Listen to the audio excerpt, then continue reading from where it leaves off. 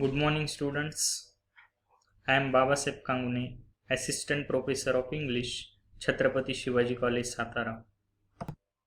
Dear students, I welcome you all in my video lecture on The Image of Vithoba-I, a poem by Dilip Chitre. The present poem is prescribed for BA1 Optional English, Chhatrapati Shivaji College, Satara. Students, let me tell you about the poet Dilip Chitre. See the lifespan of Dilip Chitre from 1938 to 2009. Dilip Chitre is post-independence Indian poet and critic. He was born on 17 September 1939 and he died on 10 December 2009. Dilip Chitre is bilingual writer because he has written in Marathi and English. Apart from his career as a writer, he was also a painter and filmmaker.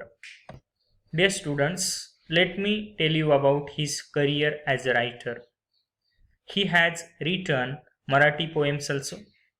So his first anthology of Marathi poems having the title Ekun Kavita or Collected Poems. It was published in the year 1990. Then his collection of select English poems having the title As Is, Here Is. Then he has translated select Marathi poems into English having the title Shesha. That was the title of the anthology of English translation of select Marathi poems.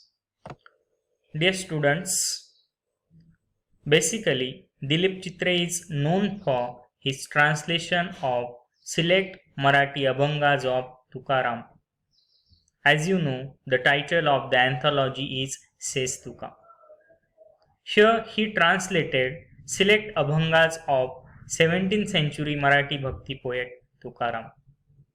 Apart from Says Tuka, he has translated Anubhavamrut by the 12th century Marathi Bhakti poet Jnaneshwar.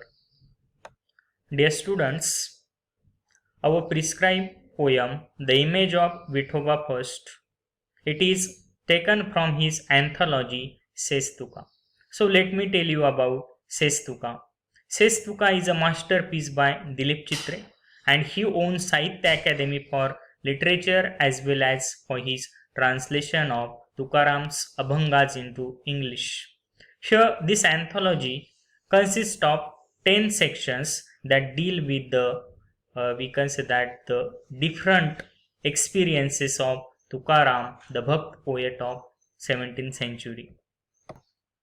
Basically, Tukaram has tried to show the relation between God and devotee.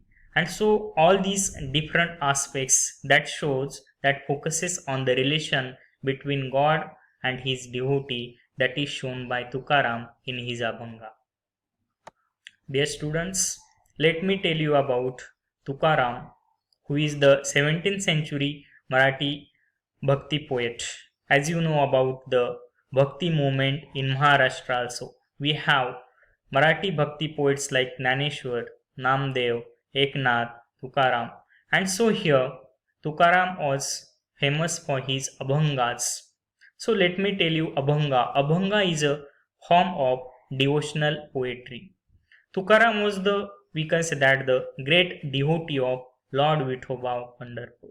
It is said that Lord Vithoba is the ruler of Pandharpur also. In other Abhangas by Tukaram, you will find that reference also.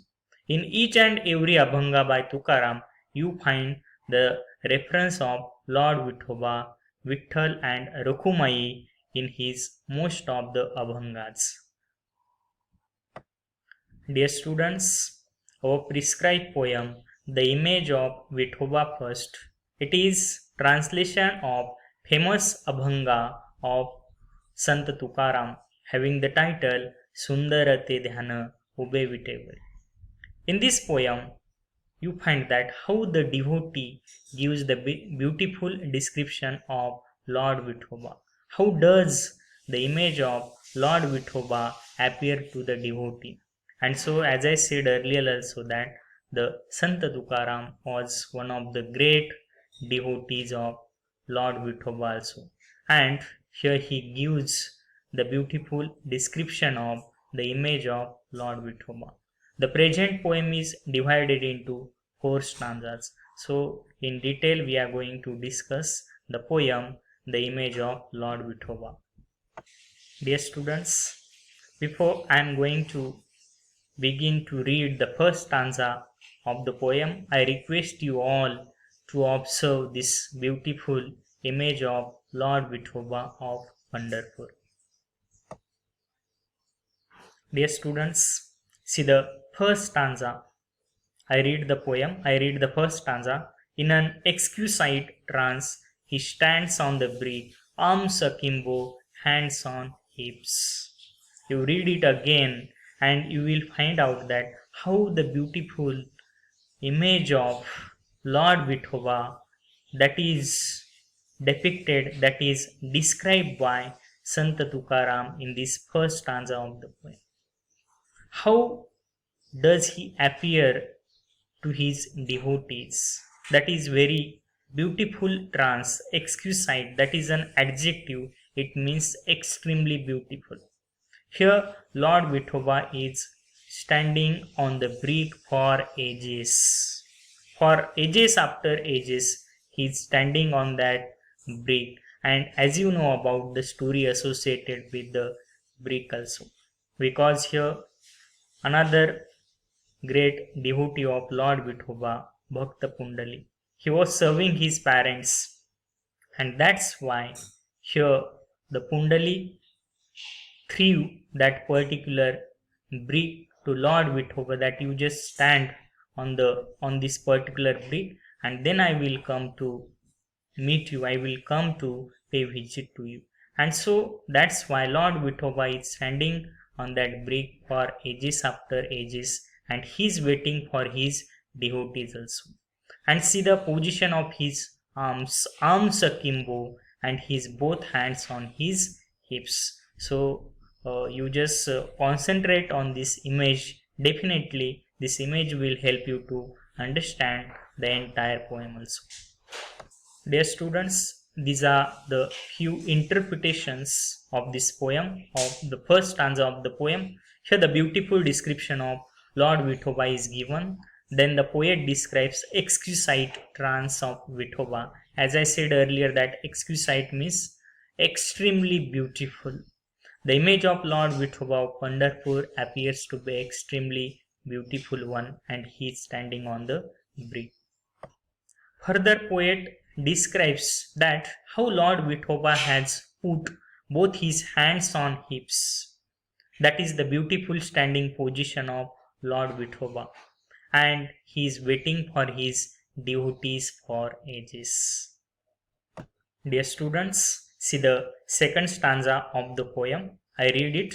Sweet basil beads garland his neck, a yellow silk garment girl around his loins. I love his trance, his forever stance. Again the second stanza, very beautiful picture of Lord Vithoba is given by Sant Tukaram in the second stanza. And so here you find that what did he wear? What did he wear? Basically here you find that the sweet basil beads. Basil means here, as you know, the medicinal plant Tulsi Mal, Tulsichi Mal, that is the garland of Lord Vithoba. And he wore yellow silk garment. If you observe the both images, definitely you will find that how he wore the yellow silk garment, that is known as pitambar also. So this is the beautiful description of Lord Vithoba which is given by Sant Tukaram. Dear students, let me interpret the second stanza. In the second stanza, poet describes physical appearance of Lord Vithoba, and Lord Vithoba wore the garland of sweet basil beads. So earlier also I told you that basil, that is a plant with shiny green leaves that smell sweet. Basil is having medicinal qualities also. Then Lord Vithoba wore a yellow silk garment that is known as pitambar.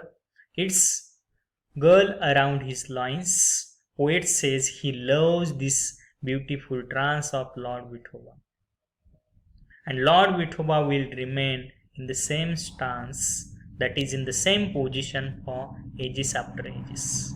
And this stance will remain forever.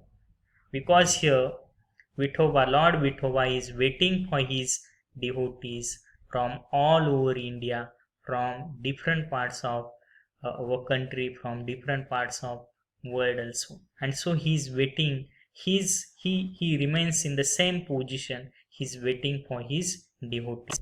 Then, dear students, see the third stanza of the poem. Crocodile-shaped rings gleam at his ears. The Kaustuba stone glows at his throat. See how minutely the description of Almighty God that is given by one of the devotees. And so if you observe this image, you find that, see the earrings of Lord Vithoba. See the shape. See here, crocodile shaped rings which gleam at his ears. And here you find that Kaustuba stone. So there is a beautiful story associated with Kaustuba stone also. I tell you in my next slide. So Kaustuba stone means actually it is said that Lord Vithoba is the incarnation of Almighty God, Supreme Lord Vishnu also. And so ultimately how he used to wear that Kaustuba stone, that is interesting story, I tell you. Here you find that crocodile shaped rings shines at his ears. And as I said earlier also that Kaustuba stone is the unique identity of Lord Vithoba. Dear students, let me tell you in brief about Kaustuba stone. Kaustuba is a divine jewel. It is believed that gods churn the ocean known as Samudra Manthan to get Amrita. And 14 treasures, jewels, that is Ratna, emerged from the ocean. And the fourth Ratna was emerged, that is known as Kaustuba. And the Kaustuba stone glows at his throat. Because here, as I said earlier, that it was given to Lord Vishnu. And ultimately, here Vithoba is the incarnation of Lord Vishnu. And so, ultimately, it glows at the throat of Lord Vithoba. Dear students, see the last stanza of the poem. Says Tuka, for me, this is absolute bliss. The loving eyes are mine, the loved face his. So one more feature of the Abhangas by Tukaram I have to tell you here. Here each Abhanga by Tukaram ends with says Tuka, says Tuka. Means as a devotee at the end of his Abhanga, he acknowledges his own worship. He was one of the great devotee of Lord Vithoba, and so ultimately each stanza of his Abhanga ends with Sestuka. So here the title of the anthology of his Abhanga is Sestuka. The title is given by Dilip Chitre. So let me explain this stanza. Here in this stanza, Sant Tukaram expresses his state of extreme happiness. Poet says the beautiful trance of Lord Vithoba is everlasting source of happiness in his life. He says his eyes are fortunate and gifted. His eyes can watch the beautiful trance of Lord Vithoba. His eyes can watch and store the beautiful image of Lord Vithoba.